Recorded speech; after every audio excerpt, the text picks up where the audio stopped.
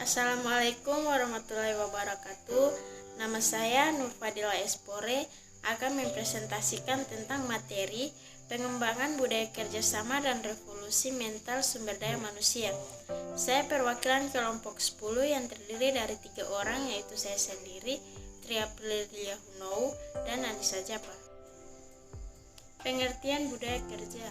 Budaya kerja adalah suatu filsafat dengan didasari pandangan hidup sebagai nilai yang menjadi sifat, kebiasaan, dan juga pendorong yang dibudayakan dalam satu kelompok dan tercermin dalam sikap menjadi perilaku, cita-cita, pendapat, pandangan, serta tindakan yang terwujud sebagai kerja.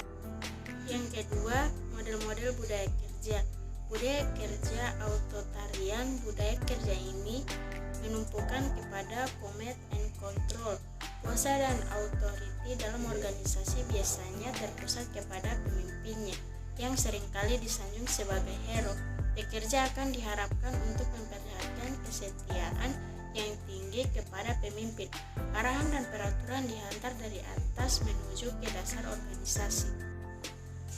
Budaya kerja birokratik.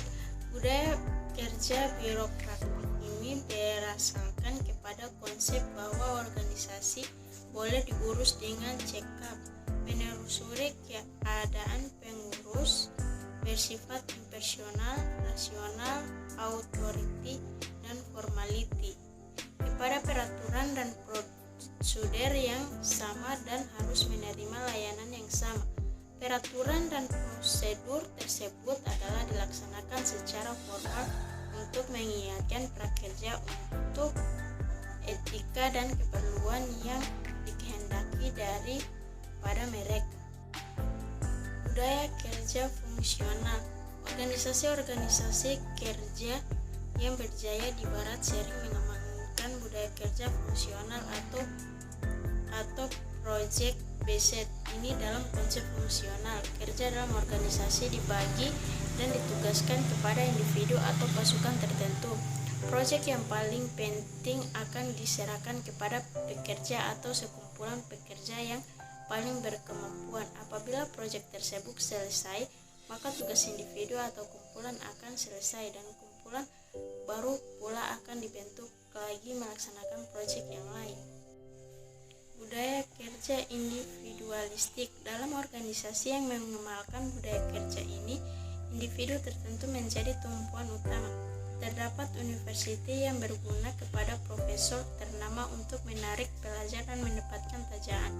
Begitu juga firma konsultasi atau UAMA biasanya bergantung penuh kepada individu atau konsultan atau pengagum tertentu yang berpopuler bagi menarik pelanggan. Dalam organisasi seperti ini, segelintir kecil pekerja adalah tulang belakang kejayaan syarikat karena mereka keterampilan, kebolehan, pendapat pelanggan seringkali menyebabkan mereka kurang terkait kepada peraturan dan prosedur.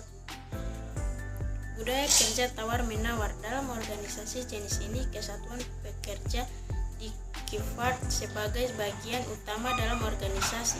Kesatuan sekerja berfungsi untuk menjaga kepentingan pekerja untuk membantu pengurusan mencapai matlamat organisasi. Perunding dan tawar-menawar berlangsung berdasarkan perundang dan prosedur yang diakui oleh kedua belah pihak, meskipun pertakian yang pertentangan pendapat kadang berlaku antara kesatuan sekerja dan majikan, tetapi ia sering dapat diselesaikan di meja rundingan. Baik, saya Anissa Japa di sini akan melanjutkan presentasi dari materi pengembangan budaya kerja dan revolusi mental SDM.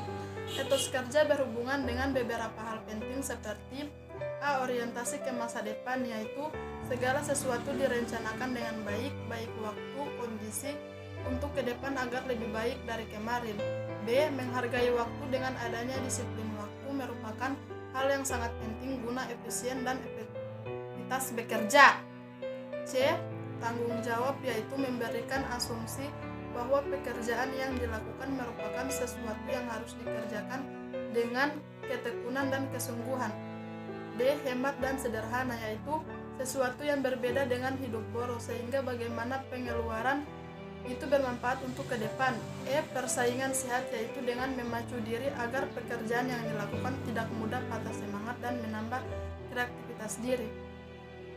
Aspek kecerdasan yaitu perlu dibina dalam diri untuk meningkatkan etos kerja. 1. Kesadaran keadaan, mengerti akan pekerjaannya. 2. Semangat, keinginan untuk bekerja. 3. Kemauan, apa yang diinginkan untuk keinginan kehendak dalam bekerja. 4. Komitmen perjanjian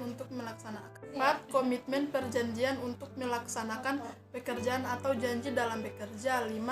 Inisiatif, usaha mula-mula prakarsa dalam bekerja. 6. Produktif, banyak menghasilkan sesuatu bagi perusahaan. 7. Peningkatan proses, cara atau perbuatan meningkatkan usaha, kegiatan dan sebagainya dalam bekerja. 8. Wawasan konsepsi atau cara pandang tentang bekerja.